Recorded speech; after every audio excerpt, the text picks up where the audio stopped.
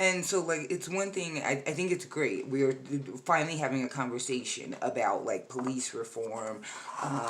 And so that's absolutely, like, a great topic to discuss.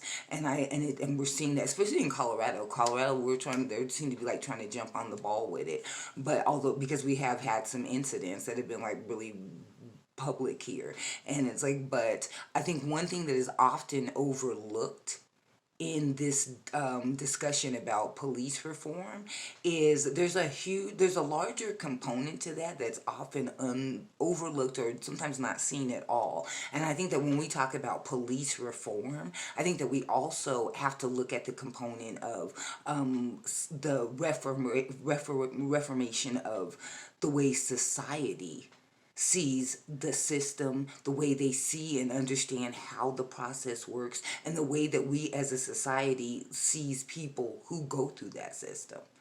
I think that's one thing that is incredibly overlooked when we talk about this. Because the thing is, we have this belief, and we heard it even through the trial, up until the day that Derek Chauvin was convicted. We heard people saying, well, if he hadn't been, doing something, the police wouldn't have had to pay. Like, so we very much have this idea in our mind, and it's because we've taught it, and it's reinforced with TV and what we learn in school, and the police are our friends, they're there to protect and serve us. So we believe that there's the good guys and the bad guys. And so if you go to jail, you're a bad guy. We tell our kids that, oh, the bad guy. So the thing is, we have this idea in our minds. And don't get me wrong, there are horrific crimes that are committed. There are terrible, horrific things that as humans do to each other, most of which is nonsensical and unnecessary. And so, yeah, absolutely, those crimes need to be punished, and in a way that actually kind of takes the weight of and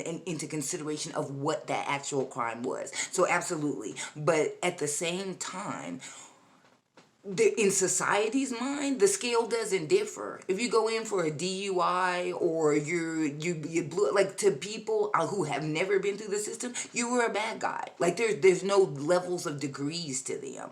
And so I think that, so it's a lot easier in society for us, even in the way that we vote, or the way even in our local, like, city councils, those sort of things, our local elections, because we're believing, well, the police wouldn't act like that if they weren't being bad guys. So we're not looking at the human side of it at all. We're looking only at the good or bad, and the justification comes from which side of the line that you're on. And so I think that what we don't look at is when people go to jail, and I'm not talking maybe even, but even through the prison system, once someone is gone, there's an understanding in society that as you go through that system, you are rehabilitated. And so that when we get out, and we say that, and when you get out, back out into the world, then now you have rehabilitated, you have done your time, you paid your due, and you can go back into society. And so society, who's never been through that system, they literally believe that it works that way. It literally takes someone who has been through that system, and they're vocal, but then it's, again, you can fall still on deaf ears because people don't want to hear from you because you've been through that system.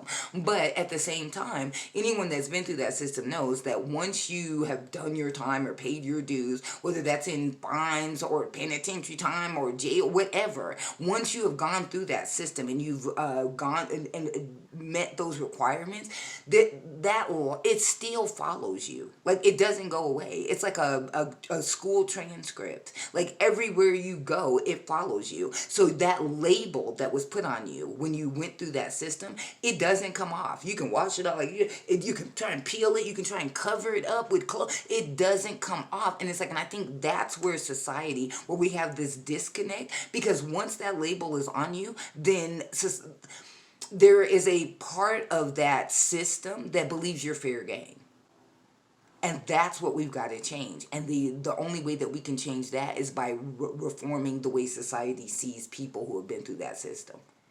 Because when we can see those people that have been through that system as humans, as our neighbor, as our coworker, as our brother, sister, friend, when we can see that as people who have made mistakes and went through that system, they paid their dues. When we can see it like that, then it becomes easier to have people, whether it's voting or the way that we're hiring, the way we're training, but it becomes easier for society to be willing to believe that the police might need to be reformed in the way that they behave and in the way that they treat regular civilians and regular citizens.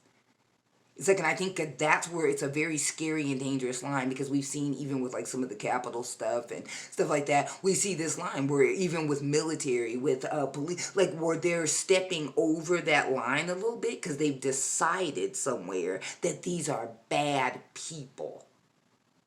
And once you decided that somebody is bad, then they're fair game. Nancy Pelosi's desk was fair game because they had already seeded it with bad Hillary and her bad emails. And like I always say, I guarantee most people can't even tell you what the controversy with the emails was. They don't know.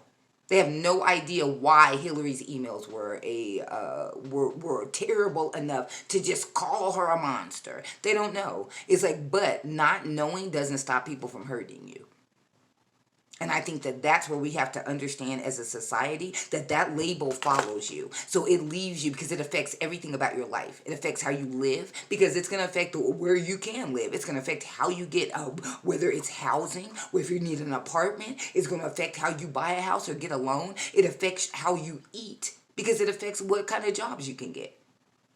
It affects how, like, it affects how your money comes. Like, so there's always this cloud that hovers over you even when you're done with that. So so that's what we need to get to, in that reformation needs to take place in society and get to that mindset, so that as a whole in society we can see and we can humanize the way the policing in a way that when we are, because like you hear a lot of that, well, we got to, so I do believe in demilitarizing the police. I don't think some place in Iowa needs to have like tanks and like, I don't think any police department needs all that. Like, who's doing all that you need that? But I do feel like we can get society to a point where they understand why it would even be necessary for the police to have reform in their behavior. And I think that's where we need to get to as a society, because it does affect people. It follows you around, and it's like, and you, it's difficult to shake off, but that label can be used to, especially on that other side of that blue line. And like I said, depending on how shaky behind that blue line, they got a lot of leeway and a lot of power. And they have the ability to control from afar or to manipulate and even to monitor without any reason, because that label, that paper says you're a bad guy. And it's like, and we all know that with the system, there's no guarantee that even that you were the bad guy. But we know that there were certain charges and they hit you with this and it had to be plead down. So there's like the whole thing that happens in the system. And if the average person in society doesn't understand how it actually works, then it's going to be really, really difficult to get true police reform. And I think that that's across the board.